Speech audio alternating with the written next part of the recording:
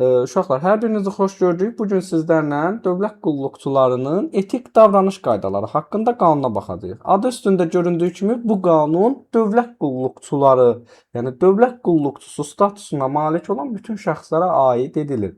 Yəni dövlət qulluqçusu deyəndə bura həm də inzibati yox, yardımçı vəzifədə olanları da biz bura aid eləyəcəyik. Elə isə gəlin baxaq bizim ilk slaydımıza görək nə deyir. Baxın burada da qaydalardan mən dedim, əhatə dairəsi dedikdə, yəni kimlərə şamil olunur dedikdə, dövlət qulluqçu statusuna malik olanları. Və qanunun məqsədi var. İkinci bənddə bunu qeyd olunur ki, qanunun əslində bir sıra məqsədləri var, ona baxacağıq. Amma 1.2-də qeyd olunur ki, hər bir dövlət qulluqçusu nələri əməl etməyə borcludur. Qanunun aliliyidir, baxın, demokratik prinsiplərdir, yüksək etik davranış qaydalarıdır.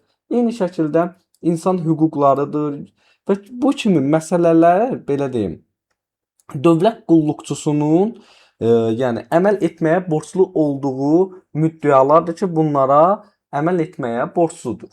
Bax belə. Daha sonra keçək digər hissəyə.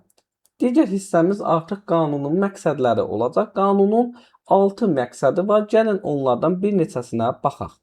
Dövlət orqanlarının və dövlət qulluğunun nüfuzunun artırılması var. Eyni şəkildə, baxın, vətəndaşlarla bağlı, vətəndaşların burada qeyd eləyə bilərik ki, məsələn, vətəndaşların dövlət orqanlarına və dövlət qulluqçularına etimadının yüksəldilməsi məsələsi var. Dövlət qulluqçularının fəaliyyətində, baxın, şəffaflığın artırılması məsələsidir. Burada da qeyd olunduğu kimi və yaxud korrupsiya və maraqların toqquşması məsələsi var ki, bunların qarşısının alınması var. Əlbəttə ki, dövlət orqanlarında və yaxud vətəndaşların dövlət fəaliyyətinin qiymətləndirilməsində təsir imkanlarının genişləndirilməsi, dövlət orqanlarının və dövlət qulluqçularının fəaliyyətində. Yəni siz bir vətəndaş olaraq müraciət edirsinizsə asan xidmətə, siz artıq bilirsiniz ki, sizə qarşı həmin orada işləyən şəxs necə davranmalıdır, vicdanlı davranmalıdır, peşəkar səviyyədə davranmalıdır. Yəni söhbət bunu gedir ki, vətəndaşları da qabaqcadan məlumatlandırırıq. Və daha sonra biz bu hissədən də məqsədlərinə baxandan sonra uşaqlar keçək 3-cü maddəmizə. 3-cü maddə burada yoxdur, slaydda düşməyib. Amma mən sizin üçün deyim, xidməti davranış deyək nə deməkdir? Uşaqlar, bu həmişə testlərdə düşür. Xidməti davranış nədir? Siz bilirsiniz, biz dövlət qulluğu haqqında qanunu keçəndə sizin müəyyən hüquqlarınız var idi və müəyyən vəzifələriniz var idi. Bax, bu da onu deyir ki, qanunvericiliklə ona verilmiş, yəni dövlət qulluqçusuna verilmiş hüquqların həyata keçirilməsi və vəzifələrin yerinə yetirilməsi ilə əlaqədar fəaliyyətdir. Bax, dövlət qulluqçusunun xidməti davranışı. Sonra nəyə deyək? Və xidməti davranışı əlbəttə ki, etik davranış qaydalarına, biz indi baxacağıq o qaydalara da və prinsiplərinə də əsaslanmalıdır. Bu da belə. Sonra keçək digərinə. Mən orada maddələrə bir-bir baxmayacağam. Əsas maddələrə baxaq. Uşaqlar, etik davranış qaydalarına gəlin bir-bir baxaq. İlk olaraq maddə 4-də vicdanlı davranışdır. Nə deyir? Deyir ki, hər bir dövlət qulluqçusu, ümumiyyətcə dövlət qulluqçusu bütün hallarda hər bir şəxs üçün vicdanlılıq nümunəsi olmalıdır. Və burada qeyd olunan digər məsələ var ki, şəxsin, cəmiyyətin və dövlətin maraqları naminə dövlət qulluqçuları öz vəzifə borcunu səmərəli yerinə yetirməlidir. Uşaqlar, gəlin sizə burada bir açar söz deyim. Bilirsiniz, imtahanda da bu tapmaca kimi düşür deyə bunu da necə yadınızda saxlayacaqsınız. Baxın, şəxs balacadır, cəmiyyət şəxsdən daha böyükdür. Mən bir oxçay plus qoyuram. Bura 2 plus qoyuram və nəticədə cəmiyyətdən də böyük nə olur? Dövlət olur. Burada 3 plus qoyuram. Yəni imtahanda bu sizin üçün düşə bilər ki, məsəl üçün şəxsin yerinə başqa bir şey sala bilərlər və yaxud dəyişərlər digərini. Bax belə.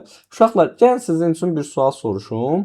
Sualım nədən ibarət olacaq? Mən dedim ki, bütün hallarda dövlət qulluqçusu vicdanlılıq nümunəsi olmalıdır.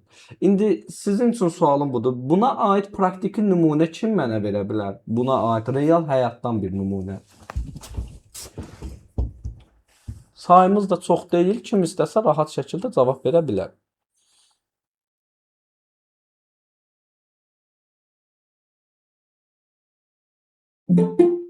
bir nəfər də qoşulmaq istəyir, yoxsa əl qaldırırlar, bilmirəm. Hə, bir nəfər də qoşulmaq istədi. Əl qaldıran yoxdur deyəsən uşaqlar. O zaman gəlin sizlər üçün mən bunu diqqətinizə çatdırım. Məsələn, fikirləşin ki, gəlin aranızdan bir nəfər seçin. Olsun Səma xanım. Məsələn, fikirləşin ki, Səma xanım Nazirlikdə şöbə müdürüdür və o evə gedərkən maşınla bir qəza baş verir və qəza baş verərkən artıq o avtomobilindən düşür. Həmin qarşısındakı şəxsə deyir ki, siz bilirsinizmi mən kiməm? Mən filan nazirlikdə işləyirəm, belə eləyərəm, elə eləyərəm. Məsələn, nümunə üçün deyirəm. Bax, bu artıq vicdanlılıq nümunəsi deyil axı. Yəni, bu, bunun əksini göstərir. O isə deyir ki, vicdanlılıq nümunəsi olmalıdır. Əgər günah, məsəl üçün, Səma xanımdasa, üzr istəməlidir, qaydaya uyğun sığorta şirkətinə zəng edirlər və s. Yəni, mədəni şəkildə bunun həlli olur. Bax, uşaqlar, vicdanlı davranış deyəndə biz bunu nəzərdə tutacağıq. İndi isə keçək digərinə. Görək maddə 5-imiz nədir? Maddə 5 peşəkarlıq və fərdi məsuliyyətdir. Və burada nə qeyd olunur? Deyir ki, qanunvericiliklə müəyyən olunmuş səlahiyyətlər çərçivəsində və yüksək peşəkarlıq səviyyəsində biz, yəni hər birinizi dövlət qulluqçusu kimi görürəm, yəni bu fəaliyyətinizi, yəni bunlar əsasında yerinə yetirməlisiniz. Və qeyd olunur ki, siz bu etik davranışınızla və peşəkar fəaliyyətinizlə hüquqi və fiziki şəxslərin də dövlət orqanlarına inamını artırmalısınız və möhkəmləndirməlisiniz. İndi isə uşaqlar keçək digərə loyallıq. Yəni burada çox da açar sözlərdən mən danışmıram. Yenə deyirəm, qızıl qaydalarda baxarsınız, orada qəşəng izahını vermişəm. Uşaqlar, loyallığın nə olduğunu kim mənə deyə bilər? Loyallıq deyəndə nə anlayırsınız? Çıxışlar da orada. Ümumiyyətlə, Dürüstlük, ictimai. ümumiyyətlə ingilis dilində də loyal sözü var. Yəni onun tərcüməsi Azərbaycan dilində sadiqlikdən söhbət gedir və burada da loyallıq eyni mənanı verəcək. Ruxsarə xanım nəsə demək istəyirsə, buyurun. Benim loyallık deyəndə eyni bu etik davranışda mən başa düşdüyüm odur ki, sadiq olmalıdır öz rəhbərinə qarşı dövlət qulluqçusu. Orada istisnalar var idi. Elmi pedaqoji fəaliyyətlə İndi baxaq ona. İndi gəlin baxaq nə deməkdir. Elmi yazılan, amma digər hallarda orada elə bir ki, rəhbərin adına xələl gətirməyəcək, dövlət orqanının nüfuzunu aşağı sala biləcək hərəkətlərə yol verməməlidir də, yəni onu başa düşürəm. Gəlin, baxaq bu loyallığa. Əlbəttə, dediklərinizdə düzgünlük var. Yəni, loyallıq deyəndə sadiqlik qeyd etdiyim kimi nəzərdə tutur, sadiq olmalısınız. Yəni, nə deməkdir bu? Sizin əgər xidməti vəzifənizə aid deyilsə, dövlət orqanı və yaxud orada işləyən rəhbər, məsələn, hər hansısa bir nazir olsun, yəni onun fəaliyyəti ilə əlaqədar ictimai mülahizə olsun, çıxış olsun və yaxud da onların fəaliyyətinə qiymət verilməsindən çəkinməlidir. Və amma bir məsələ var ki, bu elmi pedaqoji və belə deyək, ümumiyyətlə bir məsələ var. Elmi pedaqoji və elmi yazılarına şamil olunmur. Yəni nə deməkdir? Məsələn, baxın, Təhsil Nazirliyində də bilirsiniz, dövlət qulluğudur. Təhsil naziri son bir çıxışı olub ki, deyib ki, məsələn, əgər şagird yaxşı oxumursa, niyə müəllimə maaş verməliyik? Məsələn, siz də fikirləşin ki, Təhsil Nazirliyində bir dövlət qulluqçusunuz. Qanun bunu deyir ki, siz gedib yazmamalısınız, tutalım sosial şəbəkədəki cənab nazir səhv deyib, belə deməməlidir falan. Bax, sadiqlik bundan gedir. Amma elmi pedaqoji fəaliyyəti ilə bağlı hər hansısa bir məsələ olarsa, orada problem deyil, tənqid edə bilərsiniz. Və ikinci məsələ, burada qeyd olunur ki, dövlət qulluğu ilə bir araya sığmayan və ya dövlət qulluqçusuna, dövlət orqanına xələl gətirə biləcək hərəkətlərə yol verməməlisiniz və açıq çıxışlarla bağlı müəyyən olunmuş qaydalara əməl etməlisiniz. Açıq çıxış deyəndə nəyi nəzərdə tuturuq? Məsələn, hər hansısa bir media orqanına sizin xidmətinizlə əlaqədar, orqanın xidməti ilə, orqanın fəaliyyəti ilə əlaqədar müsahibə vermək və s. bu kimi məsələlər. Yəni müəyyən tabeçilik münasibətləri var ki, siz o şəkildə işləyirsiniz. Yəni mənim özüm uzun müddət ildir mətbuatda işlədiyim üçün mətbuat xidmətində bu şəkildə işləyirik. Və daha sonra keçək digər məsələyə. Və digər məsələ, əlbəttə ki, deyir ki, dövlət qulluqçusu qanunvericilik də dövlət qulluğu ilə bağlı nəzərdə tutulmuş məhdudiyyətlərə əməl etməlidir. Bilirsiniz, biz sizlərlə dövlət qulluğu haqqında qanunu keçəndə orada müəyyən məhdudiyyətlərimiz var idi. Məsəl üçün, xarici dövlətin vəsait hesabına ora getmək və s. Yəni bu kimi məsələlər var idi. O məhdudiyyətlərdə əməl etməliyik. Əməl etməsək, biz müəyyən, belə deyək, intizam məsuliyyətinə, indi əgər tərkibində cinayət yoxsa ona, yəni intizam məsuliyyətinə cəlb olunacaq. Bu da bizim loyallığımız. Uşaqlar, loyallığın altından bir dənə belə bir ox qoyuram. Testlərdə bunu loyallıq və ictimai etimad. Testlərdə necə düşür? Məsəl üçün, ictimai etimadda hər hansısa bir başqa maddədə olan maddəni gətirib atırlar loyallığa. Deyirlər ki, burada nə yanlışdır və s. yəni. İctimai etimada baxaq uşaqlar. İctimai etimadı da mən buradan sizlər üçün göstərim. Baxın, ictimai etimadda düzdür, oxu buradan aşağı qoyublar, amma görürsünüz burada bir işıq var. Nə deməkdir? Burada oxu mən yuxarı qoyuram. Burada isə yüksəltməkdən söhbət gedəcək. Baxın, dövlət qulluqçusu deyir, dövlət orqanının, dövlət qulluğunun nüfuzunu möhkəmləndirməyə, öz adını və şərəfini uca tutmağa borcludur.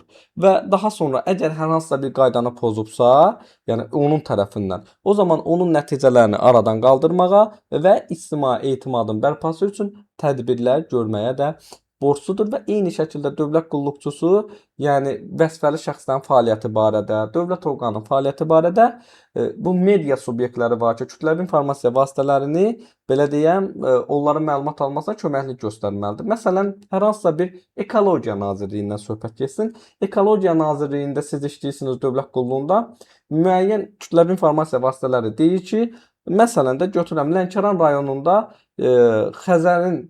Xəzər dənizinin tərkibində belə də müəyyən kimyəvi maddələr görsənib, bununla bağlı rəsmi məlumat verə bilərsinizmi? Siz də kömək eləməlisiniz buna. Bax, söhbət bundan gedir. İndi özümdən deyirəm də, belə deyim, random olaraq özümdən danışdım indi. Daha sonra maddə biz 8-ə baxaq. Uşaqlar, maddə 8 nədir? Maddə 8 insanların hüquq, azadlıq və yaxud da ki, qanuni maraqlarına, şərəf və ləyaqətinə və işgüzar nüfuzuna hörmət, hüquqi şəxslərin işgüzar nüfuzuna hörmət. Baxın, hüquqi şəxs sözünü biz görəndə, biz yuxarıda 5-ci maddə var idi. Peşəkarlıq və fərdi məsuliyyətin artırılması. Orada da bir səhv eləmirəmsə, hüquqi məsələ var da, hüquqi şəxslərə deyirdi inam artırılsın. Bax, bu maddədəki olanları o maddə ilə qarışdırıb testlərdə salırlar uşaqlar. Yəni, testlərdə də necə siz yazacaqsınız, onunla bağlı mənim videom var YouTube'da, necə 30 baldan çox yığmaq olar. Ona da mütləq şəkildə izləyin o videonu, orada mən qeyd eləmişəm. İndi isə dərsimizə qaydaq. Maddə 8-də nədir? Deyir ki, dövlət qulluqçusunun fəaliyyəti, bax, yuxarıda sadaladığım, insanların hüququna, azadlığına, qanuni maraqlarının təmin olunmasına xidmət eləməlidir. Uşaqlar, buna aid mənə aranızda misal göstərə biləcək kimsə varmı? Yəni, nə demək istəyir burada? Baxın, core mission gedir burada, ingiliscəsində bunu gedib. Nə deməkdir? Yəni, əsas, yəni missiyanın, fəaliyyətinin, belə deyim də, ən əsas hissəsi burada. Hə, bəzi sözlərimiz var, mən yenə deyirəm, burada bu süni intellektlə düzəlib deyə, görürsünüz, arada burada ingiliscəsində sözlər ola bilər. Məsələn, prohibitionslar var.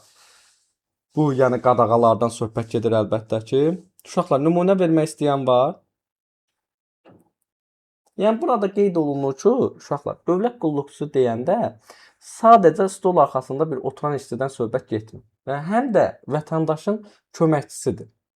Yəni, söhbət burada bundan gedir. Yəni, gəlin buna aid bir nümunə də sizə deyim. Məsələn, fikirləşin ki, bir yaşlı insan olsun, nə bilim, qoy olsun Həsən.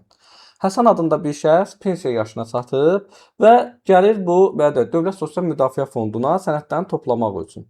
Amma elektron sistemdən istifadə edə bilmir. Onda həmin o şəxs durub Həsən, belə deyək, müəllimə durub deməyəcək ki, get sən bunu öyrən gəl. Yəni, bu mənim problemim deyil. Əslində düz deyir, o onun problemi deyil. Amma indi bilmir də, yaşlı insandır. Ona görə, bax, onun pensiya almaq hüququnu təmin eləmək üçün ona köməklik eləyir. Bax, budur, vətəndaşın qanuni marağının qorunması dedikdə uşaqlar, bunu nəzərdə tutur. Yaxşı, keçək digərinə. Digəri nədir? Uşaqlar, burada qeyd olunur ki, hüquqları pozan, şərəf, ləyaqət, işgüzar nüfuzu ləkəyə biləcək qərarlara və hərəkətlərə yol verməməlidir. Xidməti vəzifələrinin icrası ilə bağlı fiziki şəxslərin və digər dövlət qulluqçularının şəxsi həyatı, şərəf və ləyaqəti barədə məlum olmuş məlumatların konfidensiallığını təmin etmək. Belə bir situasiya sualı var uşaqlar. Nə deyirdi sualda? Deyirdi ki, vətəndaş Ədliyyə Nazirliyinə müraciət edir, yoxsa hər hansısa bir tutalımdasan xidmətdə soyadın dəyişdirilməsi üçün. Soyadı da qəribə bir soyad olur da, gülməli bir soyad olur, belə deyil. Və həmin burada işləyən şəxs bunu tanıyır, məhəllədən olur, gedir məhəllədə yayır ki, bunun soyadı beləymiş. Ondan sonra məhəllədə bunun, belə deyək, şərəf və ləyaqətinə xələl gətirəcək hərəkət olduğu üçün həmin o dövlət qulluqçusuna qarşı müəyyən tədbirlər görür. Bax, bu maddəni pozur artıq. Görürsünüz, situasiyada da belə düşür. Deyir, hansı maddəni pozur? Və burada da qeyd etdim, hüquqi şəxslərin işgüzar nüfuzuna hörmətlə yanaşmalıdır və onların işgüzar nüfuzunu ləkələyə biləcək hərəkətlərə yol verməməlidir. Yaxşı uşaqlar, biz indi mədəni davranışa da keçəcəyik. Amma mədəni davranışa keçməmişdən qabaq sizlər üçün bir dənə sualım var. Baxın, mən indicə burada dedim, hüquqi şəxslərin işgüzar nüfuzuna hörmətlə yanaşmalı və onların işgüzar nüfuzuna ləkələyə biləcək hərəkətlərə yol verməməlidir. Uşaqlar, kim deyə bilər ki, məsəl üçün bu maddəni dedikdə nəyi nəzərdə tuturuq? Mən də ona qədər bir çay içərəm biraz.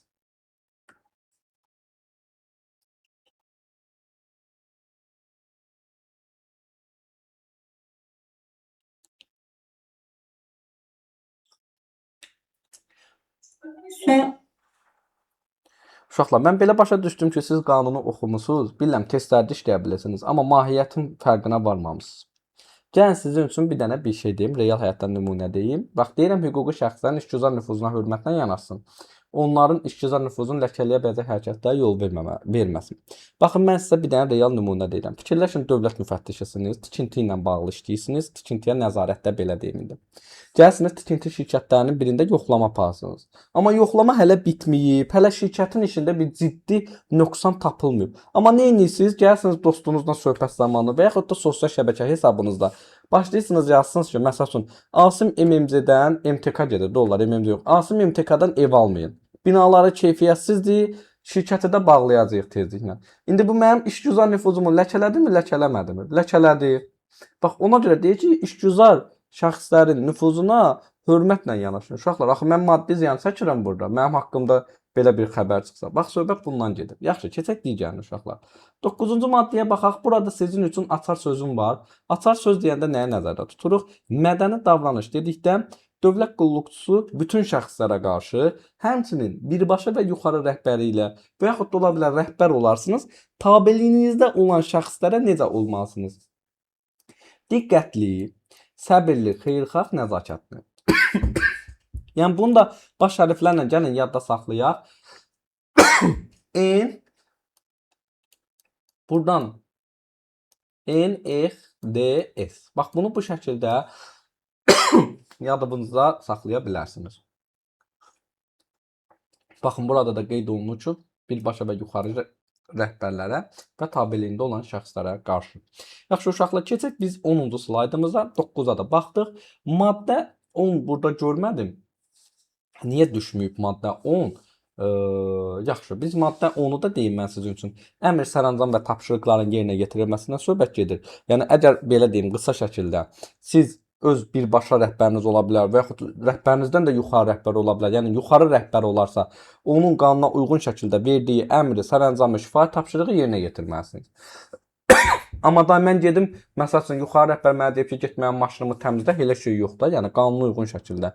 Amma bir məsələ var ki, indi tutalım sizə əmr verildi, baxdınız, gördünüz ki, bu qanuna ziddir. O zaman nə edirsiniz? Bu barədə yazılı əsaslandırmanı birbaşa ya da yuxarı rəhbərinizə təqdim etməlisiniz. Və eyni şəkildə bunu deyirsiniz ki, rəhbərinizə, mənə bunu yazılı şəkildə ver. Çünki sabahları nəsə olanda siz ona göstərsiniz ki, sübut kimi filan vaxtda mənə bu əmr verilib. Və qeyd olunur ki, yazılı şəkildə təsdiq edilmiş əmr, sərəncam, tapşırıq almasına baxmayaraq, əgər yenə də əminsiniz ki, bu qanuna ziddir, o zaman o tapşırığı yerinə yetirməyə bilərsiniz. Amma belə bir məsələ də var ki, deyir ki, qanuni göstərişləri yerinə yetirməsəniz, intizam məsuliyyətinizə səbəb olacaq. Mən nəsə yaman öskürdüm. Bu da belə uşaqlar. İndi keçək digərinə qərəzsizlik maddəsinə. Qərəzsizlik maddəsi dedikdə nəyə nəzərdə tuturuq? Yəni deyir ki, dövlət qulluqçusu xidməti vəzifəsini yerinə yetirəndə və yaxud qərar qəbul edərkən qərəzsiz olmalıdır. Və yaxud heç bir şəxsə və yaxud qrupa üstünlük vermir. Tutalım, irqi, milliyyət, din, dil, cins, hansısa partiya üzvlük, məsələn, tender elan olunur. Mən deyirəm ki, yox, hakim partiya məsəl üçün də filan partiyada, hal-hazırda Yeni Azərbaycan Partiyası, gəlin bunların nümayəndəsinə belə deyim, biz bu tenderi verək. Olmur da, belə şey qanun deyir ki, olmaz. Və deyir ki, xidməti vəzifələrin icrası zamanı siyasi bir tərəfliyə əməl eləməlisiniz. Yəni sizin üçün fərqi yoxdur. 2 dənə vətəndaş müraciət edir. İndi biri olsun Müsavatdan, nə bilim AXC-dən, biri də olsun Yeni Azərbaycan Partiyasından. Yəni sizin üçün fərqi olmamalıdır ki, bu müxalifətdir və yaxud bu Yeni Azərbaycan Partiyasıdır və yaxud başqa şey. Yəni hamıya eyni yanaşmalısınız. Qanun bunu deyir. Və qeyd olunur ki, özünün və ya maraqlı şəxslərin mənafelərinin xidməti vəzifələrinə təsirinə yol verməməlisiniz ki, əlbəttə ki. Sonra uşaqlar bunu da qeyd etdim. İndi isə maddə 12-yə baxaq, görək 13-cü maddədə nədir? Baxın 13-cü maddə maddi və qeyri-maddi nemətlərin, imtiyazların və güzəştlərin əldə edilməsinə yol verilməməsidir ki, yəni deyir ki, siz qanunsuz maddi nemətlər əldə eləməyəsiniz. Qanunundan söhbət getmir. Və qeyd olunur ki, bu kimi qərarları qəbul eləməyin özü də qadağandır. Amma bir məsələ var uşaqlar, sizdən soruşacağam bunu artıq. Qeyd olunur ki, qanunvericiliklə müəyyən olunmuş qaydada şəxslərə əvəzsiz xidmət göstərən dövlət qulluqçusu həmin xidmətə görə hər hansı haqq tələb edə bilməz. Əvəzsiz xidmət hanı bax burada. İndi uşaqlar bunun nə demək olduğunu isə mən sizlərdən soruşacağam. Nə deməkdir bu əvəzsiz xidmət? Buyurun. Yaxşı, kim cavab vermək istəyir desin. Kim sağ qaldırıb? Nümunə deyin uşaqlar. Məzuniyyətə gedən iş yoldaşının əvəzinə işləmək. O sayılır əvəz. Əvəzsiz xidmət deyir, göstərilən xidmət. Əvəzsiz. Deyir mən əvəzsiz xidmət göstərirəm. Buna görə mənim haqqım yoxdur səndən pul tələb edeyim. Müəllim, yəni maaş alır da, yəni məvacib alır göstərdiyi xidmətə görə. Yəni onun haricində vətəndaşdan, müraciətçi şəxsdən hər hansısa bir əlavə ödəniş tələb edə bilməz. Bax, bilirsinizmi nə demək istəyir? Məsələn, özümdən deyəcəm. Tutalım mən bir vətəndaşam, müraciət eləyirəm asan xidmətə ki, yaşayış yerimdən arayış almaq istəyirəm. Orada da həmin o dövlət qulluqçusu, yəni bilir ki, mən də bilirəm ki, bunun ya yaxud bilmirəm, mən vətəndaşam. Yəni mənim bilmək borcum deyil. Mən bilirəm ki, məsələn, bilmirəm ki, bu ödənişsizdir. Amma həmin bu mənə ödənişsiz verəndən sonra o demək deyil mənə qayıtsın desin ki, mən sənə arayışı verirəm, yaxşı. Amma mənə bir 5 manat zəhmət haqqı ver. Axı sənin borcundur bu, ödənişsizdir, əvəzsizdir bu. Yəni mən sənə niyə görə 5 manat verməliyəm ki? Söhbət burada bundan gedir. Yaxşı, bu da belə uşaqlar. Və qeyd olunur ki, qanunvericiliklə müəyyən olunmuş ödənişdən artıq məbləğ tələb etmək. Məsələn, xarici pasport düzəldəndə, xaricə getmək üçün onun deyəsən 60 manat idi qiyməti. Yəni əgər bunun qiyməti 60-dırsa, qanunvericilikdə bu cürə bunun qiyməti müəyyən olunubsa, yəni bundan artığın mən verə bilmərəm buna. Mən niyə buna 80 manat verməliyəm ki? Qanunvericilikdə bunun müəyyən bir qiyməti var da. Yəni bundan artığın tələb eləyə bilməz. Yaxşı, keçək digər maddəmizə. Görək 13-cü maddə nədir? Korrupsiyanın qarşısının alınmasıdır və qeyd olunur ki, dövlət qulluqçusuna baxın uşaqlar, diqqətli məsələ nədir? Qanunsuz olaraq maddi, qeyri-maddi nemətlər və yaxud güzəştlər təklif olunursa, birinci nə edir? Birinci imtina eləyir. Və əgər məndən asılı olmayan, yəni mən özümü dövlət qulluqçusu görürəm, məndən asılı olmayan səbəbdən verilirsə, o zaman nə etməliyəm? Məlumat verirəm birbaşa rəhbərimə, baxın yuxarı yoğa birbaşa rəhbərimə və həmin o maddi nemətlər keçir mənim işlədiyim dövlət orqanına. Bax, akt üzrə təhvil verilir bura.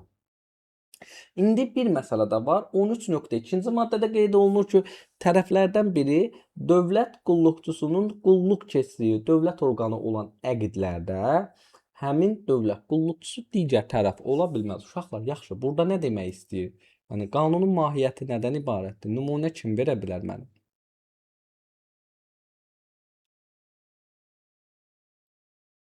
Hə, gəlin uşaqlar. Mənim o bayaq dediyiniz kimi də elə bir məsəl üçün tutaq ki, mən dövlət idarəsində çalışıram. Nə bilim A4 fotokopi kağızı alacam da. O qarşı tərəf misal üçün də o şirkətdən alırlar, hardansa alırlar. Qarşı tərəf özüm ola bilmərəm artıq. Yəni özüm özümə satmış almış ola bilmərəm də elə bir belə. Uşaqlar, indi gəlin sizə buna aid də nümunə deyəcəm sizlər üçün. Söhbət nədən gedir? Üst üstəmə qanunları oxuyuram, amma belə tam başa düşə bilmirəm deyə əzbərçilik qabiliyyətində yoxdur da. Çox da yadımda qalmış, qısa müddətdə ki, unuduram bunu. Yəni mahiyyətini unudursuz, yoxsa... Bəli, mahiyyətini başa düşmürəm deyə, yəni belə əzbərçilik qabiliyyətində yoxdur. Bir şey başa düşürəmsə yadımda qalır həmişəlik. Amma başa düşmürəmsə yadımdan çıxır. Çox gözəl izah edirsiniz. Uşaqlar, gəlin sizə bir şey deyim yenə də. Baxın, mən sizə real hal-hazırki situasiyanı sizin üçün izah edirəm.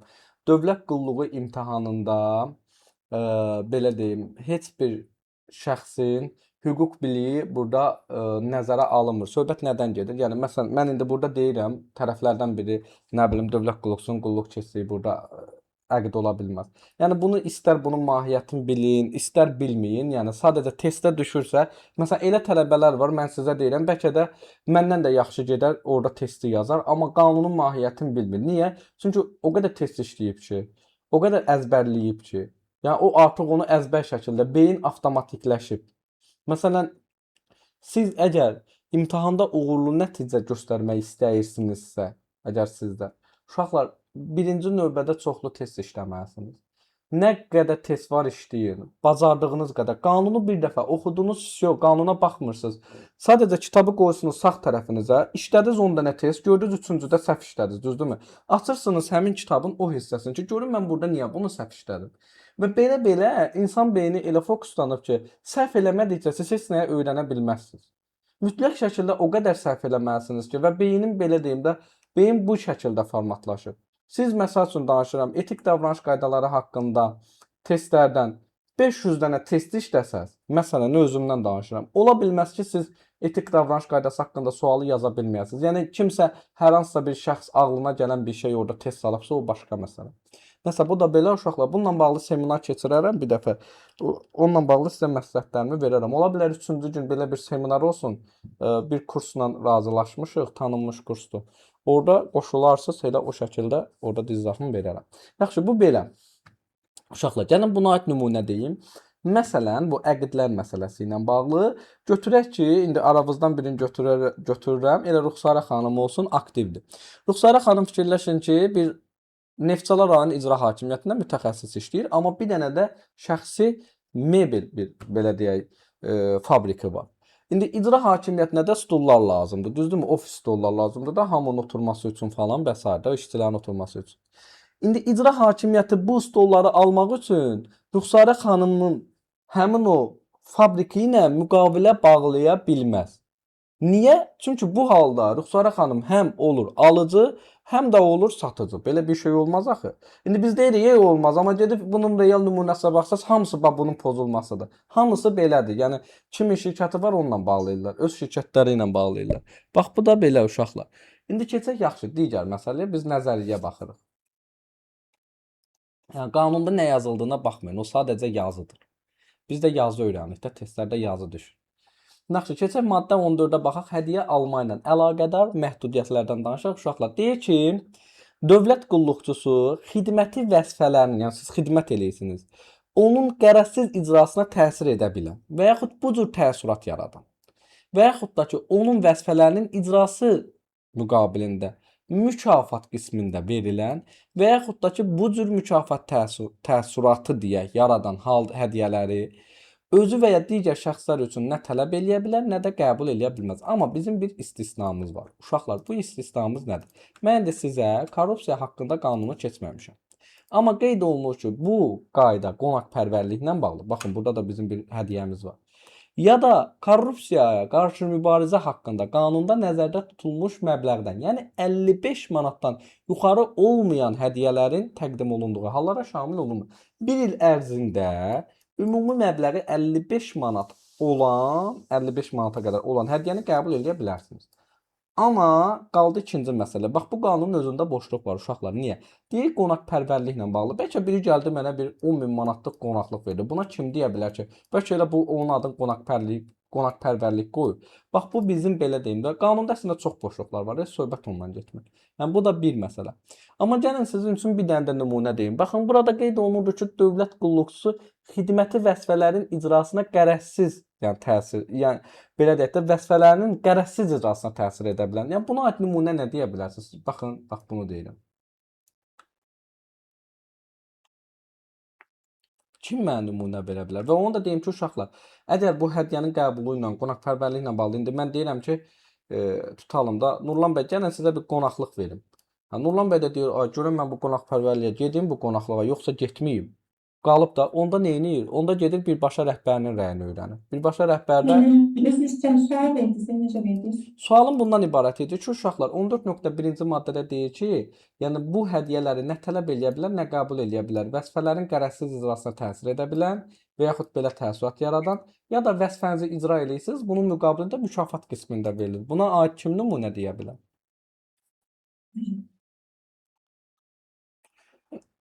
İndi gəlin sizə nümunə verim. Siz demək istəyirsə deyin uşaqlar. Problem deyil.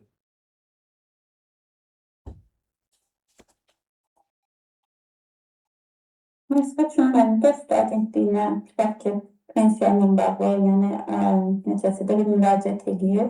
Bəlkə adamın işini həll ediblər, o da əvəzində bir şirniyyatla məsələn belə bir şey aparırsa, bu yəni 1500 aşmamalıdır da deyəsən. Yox, 55 manatım. 55 manatdan qarşıdan yuxarı olmayan məbləğdən qəbul edə bilər. Yəni söhbət bilirsiniz nədə gedir? Burada konkret olaraq o məbləğin dəyərinin qiymətləndirilməsi də sual məsələsidir. Məsəl üçün, daha indi iPhone 17 Pro Max alıb deməməliyik də bunun qiyməti 45 manatdır. Yəni burada əsas məsələlərdən biri də gəlin buna nümunə də deyim sizə. Baxın, fikirləşin ki, mən indi özümdən deyim, bir dövlət qurumunda nə də işləyirəm, bizdə də var, hal-hazırda işlədiyim yerdə də var, bir satın alma komissiyasının üzvüyəm. Və bu tenderdə də müəyyən şirkətlər olur da bilirsiniz. Bir şirkət rəhbəri olur, adına da nə deyək? Qoy olsun adı İlqar. İlqar gəlir mənim iş otağıma deyir ki, sən bizim şirkətin tenderdə qalib olması üçün sənədlərimə bir də bax. Sən buna bax, mən sənə məsəl üçün bir də iPhone 17 dedim. Bir sənə bir iPhone 17 hədiyyə edərəm. Hə, əgərləri, məsələ budur. Mən gəlib bu telefonu götürsəm, onda bax bu maddəni üzü kobud şəkildə pozacam. Niyə? Çünki artıq mən bu hədiyyəni götürsəm, mənim qərəzsizliyimə təsir eləyir. Mən axı gedib orada belə deyim, qərəzsiz icra eləyəməyəcəm axı. O tenderdə başlayacam İlqarın şirkətinin qalib olması üçün müəyyən şeylər eləyir. Bax söhbət bundan gedir uşaqlar. Yəni bu əgərləri o şirkət gəlib tenderdə udursa, bax bu qalibiyyət hədiyyəyə görə olur da. İndi mən telefonu özümdən dedim, 3000-lik telefona görə kimdir tenderi verən ona? Yəni daha böyük hədiyyələrdən söhbət gedir bu. Baxın, bu da belə uşaqlar. Yaxşı, sonra keçək digərinə. Digərimiz nədir? Artıq biz maddə 15-dir. 15-i dedikmi? Yox. Maraqların toqquşmasının qarşısının alınması var. Görürsünüz, burada da belə bir toqquşmamız var. Deyir ki, dövlət qulluqçusu qulluq etdiyi dövrdə maraqların toqquşmasına yol verməməlidir və vəzifə səlahiyyətlərindən şəxsi maraqları üçün istifadə eləməməlidir. Uşaqlar, indi mən hər maddənin də belə suallarını soruşsam ki, buna aid kim nümunə verər? Əlbəttə ki, bizim vaxtımız gedər. Amma elə belə mənə maraqlı gəldi. Bunu kim deyə bilər? Yaxşı, buyurun. Salam. Salam, axşamınız xeyir olsun. Buyurun. Buna misal olaraq, məsələn, mən nəzarət şöbəsində işləyirəm. Tutaq ki, qənd istehsal edən bir fabrikə nəzarətə gedirəm. Həmin qənd istehsal edən şöbədə də tutaq ki, mənim əmim oğlu orada işləyir. Amma mən onun səhvliklərini örtbasdır eləyirəm. Nəticədə mənim xidməti vəzifəmdən şəxsi maraqlarım toqquşur. Əla. Baxın, bir dənə də nümunədə mən deyim. Məsələn, fikirləşin ki, bir şəxsdir, icra hakimiyyətində, elə özümü deyirəm, həmişə qoy öz üzərimdən gedim ki, icra hakimiyyətində bir tikintiyə icazə şöbəsində işləyirəm. Mənim də qardaşım elə həmin ərazidə, məsələn, Bakıda da, indi mən Bakıda qalam deyə, Bakıda bir restoran tikmək istəyir o ərazidə. Mən nə edirəm, amma başa düşürəm ki, o ərazi bir yaşıllıq zonasıdır. Orada tikinti aparmaq olmaz, ağaclar var. Amma nə edirəm, vəzifəmdən istifadə eləyirəm, başlayıram sənədlərdə saxtakarlıq eləyirəm, göz yumuram. Deyirəm ki, qardaşıma icazə verəcəm, qanunsuzdursa qoy tikintini orada həyata keçirsin. Bax, bu nə olur? Maraqların toqquşmasına yol verirəm, vəzifəmdən də şəxsi maraqlarım üçün istifadə eləyirəm. İndi hamı buna baxanda deyir ki, bu real həyatda hər gün olan bir məsələdir. Demək olar elə hamı bu məsələni elə pozur.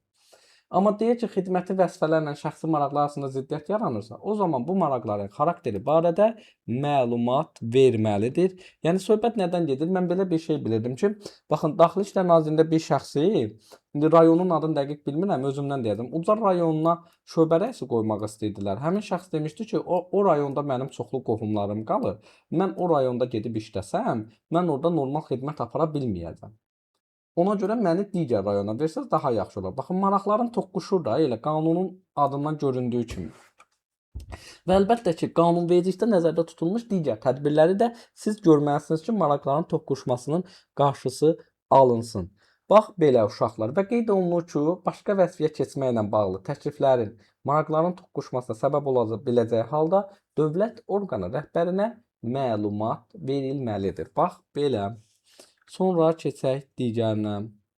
Görək uşaqlar, digər nədir? Əmlakdan istifadədir. Yəni əmlakdan bu ikinci hissəsi idi bizim maddə 15-in. Bu 10-cu maddəmiz gəlib düşüb bura. 16-cı maddə. Əmlakdan istifadə deyir, şəxsi maşındır və s. Nə deyir? Deyir ki, dövlət qulluqçusu istifadəsində olan dövlət əmlakından qənaətlə və səmərəli istifadə etməlidir. Məsəl üçün, bura hansılar aiddir? Burada da yazılıb ingiliscəsində bunları içərir. Dövlət əmlakı, maliyyə vasitələri, nəqliyyat vasitələri, nə bilim, rabitə, kompüter, digər kommunikasiya sistemlərindən qənaətlə səmərəli istifadə etməlisiniz və ciddi burada qısıtlama, prohibition, qadağalar var ki, məsəl üçün deyir, aşağıdakı məqsədlər üçün istifadə qadağandır. Şəxsi maraqları naminə və bir də xidməti vəzifələrinin icrası ilə əlaqədar olmayan digər məqsədlər üçün. Məsələn, mənə bir maşın təhkim olunub ki, bu maşını mənə niyə təhkim olunub? İşə gedim, işdən gəlim. Amma mən bu maşını nə edirəm? Şoferə deyirəm ki, indi bir şoferə təhkim olunda. Deyirəm ki, get mənim övladımı bağçadan get götürəcəm. Olmaz axı. Bu artıq mənim işim üçün istifadə olunmadı. Bu mənim şəxsi marağım üçün istifadə olundu. Yaxşı, keçək 17-yə məlumatlardan istifadəyə gedək. Və burada qeyd olunur ki, dövlət qulluqçusu sərəncamında olan məlumatların qanunvericiliklə müəyyən olunmuş qaydada əldə olunması və yayılması mümkünlüyünü təmin eləməlidir. Və digər məsələdən nədən var? Qeyd olunur ki, dövlət qulluqçusu dövlət orqanında müəyyən olunmuş xidməti informasiyanın təqdim edilməsi qaydalarına əməl eləməlidir və əgər bu məlumatlar məndə varsa, şəxsi maraqlarım üçün istifadə edilə bilməz. Uşaqlar, baxın, burada qeyd olunur ki, deyir, dövlət qulluqçusu xidmət etdiyi dövlət orqanının sərəncamında olan məlumatların qanunvericilikdə müəyyən olunmuş qaydada əldə olunması və yayılması mümkünlüyünü təmin etməlidir. Yaxşı, burada nə demək istəyir uşaqlar? Bunu kim deyə bilər? Və bu arada bir dənə də bizim son maddəmiz qalıb. 18-ci maddə. Bununla da bitir bizim maddələrin sayı. 15 bizim etik davranış qaydamız var və 18-ci də bizdə ictimai və siyasi fəaliyyətdə uşaqlar qərəzsizlik maddəsində siyasi partiyaya üzv olmaz məsələsi var. Onu gətirirlər, bax 18-ci maddəyə atırlar. Ona görə diqqətli olunurdu. İndi çox o barədə danışmıram. Qaldı ki, bayaq dediyim nümunəni də sizin üçün deyim. Məsəl üçün, sualım nədən ibarət idi? Sualım bundan ibarət idi ki, məsəl üçün deyirik ki, siz bir dövlət qulluqçusunuz, xidmət eləyirsiniz və bu dövrdə sizə belə deyək, müəyyən məlumatlar var. Və bu məlumatların belə deyək, müəyyən olunmuş qaydada əldə olunması və yayılması mümkünlüyünün təmini ilə bağlı mən dedim nümunəni verin. Gəlin buna aid də kimsə deyəsən əl qaldırdı. Ha, buyurun. Məsələn, mən Ekologiya Nazirliyində işləyirəm. Səhv ki, orada ətraf mühitlə bağlı daxil olan məlumatları vətəndaşlara çatdırmağa borcluyam. Bəli, bəli. Məsəl üçün, dövlət sirri olmayan hər hansısa bir məlumatı və ya qanunda müəyyən olunmuş qaydada əldə olunması mümkün olmayan, belə deyim, edilməyən məlumatı istisna olaraq digər məlumatları verməlisiniz. Məsələn, bir dənə şəxsdir, bir nazirliyə bir belə deyək də məktub göndərir, müraciət eləyir və müraciətdə soruşur ki, məsəl üçün də nə bilim, keçən ay tutalım, ya keçən il nə bilim, nə deyə bilərik? Keçən ay nə qədər, məsəl üçün, ərazimizdə iş görmək üçün vəsait xərclənib. Tutalım, təmirlə bağlı icra hakimiyyətinə göndərsiniz. Orada da dövlət qulluğu var da. Deyirsiniz, bu parkın tikilməsinə nə qədər, məsəl üçün, vəsait xərcləmirsiniz. Tutalım, bu dövlət sirri deyil. Yəni, çünki tenderlər var, orada açıq-aşkar orada müəyyən olunur və orada işçi deməməlidir ki, bu məlumatı sənə niyə verməliyəm ki, sənə nə dəxlisi var? Belə şey yoxdur da, yəni. Çünki əslində siz vətəndaşsınız, uşaqlar, vergi sizdən gedir. Sizə deməlidirlər onu. Yəni tenderlərlə bağlı ona görə açıq elan olunur. Yəni o pulla bağlı şey yoxdur, yəni. Var, məsəl üçün, adicə məsəl üçün hərbi büdcəyə belə nə qədər pul ayrılır, onu belə deyirlər. Amma da onun dərinliyinə düşmürlər. Məsəl üçün neçə milyonu raketə alınıb, neçə milyonuna dron alınıb və s. Bu mənada ümumi. Bax belə, ictimai siyasi fəaliyyətə baxaq uşaqlar. Deyir ki, ictimai siyasi fəaliyyətdə nədir? Deyir, əgər qanunvericilikdə başqa qayda nəzərdə tutulmayıbsa, dövlət qulluqçusu ictimai və siyasi birliyə üzv olmaq hüququna malikdir. Baxın, burada bu qeyd olunub. Daha sonra qeyd olunur ki, dövlət orqanlarında siyasi birliklərin və yaxud dini təşkilatların struktur bölmələrini yaratmaq qadağandır. Yəni, uşaqlar, siyasi partiya, məsəl üçün, Yeni Azərbaycan Partiyasının şöbəsi olmur dövlət orqanında. Amma Həmkarlar İttifaqı olur. İşçilərin hüququnun qorunması üçün bu partiyalar var. Elə məndən də yadınızda saxlayın ki, mən özüm uzun müddət sədr olmuşam həmkarlarda. Və qeyd olunur ki, seçkilər zamanı vəzifə mövqeyindən siyasi partiyaların və yaxud da ki, namizədlərin xeyrinə istifadə eləmək qadağandır. İcra hakimiyyətində işləyirsiniz, seçkilər var. Cəmaatı orada yığırsınız hər hansısa bir aksiya ki, gedin Asım müəllim orada iclas keçirəcək, namizəddir bizim partiyadan. Olmaz axı. Artıq bu nədir? Mən istifadə elədim öz vəzifə mövqeyimdən və yaxud işçiləri yığıram. Bax belə və daha sonra qeyd olunur ki, qulluq mövqeyindən istifadə edərək digər qulluqçuları siyasi və dini fəaliyyətə, iştiraka təhkim etməməlisiniz. Ola bilər siz hansısa bir müxalifət partiyada olasınız, deməməlisiniz ki, iş yoldaşınıza ki, gəlin gedək biz mitinqə. Tutam 6-cı gün mitinq olacaq, siz də gəlin. Və eyni şəkildə də xidməti vəzifənizi qərəzsiz yerinə yetirdiyinizdə ictimai şübhə doğurmamalıdır. Bax belə uşaqlar, fəsil 2-ni də danışdım sizlərə. İndi isə son olaraq fəsil 3-ə baxacağıq. 3 nədən ibarətdir? Burada baxım görüm, mənim slaydıma baxın uşaqlar.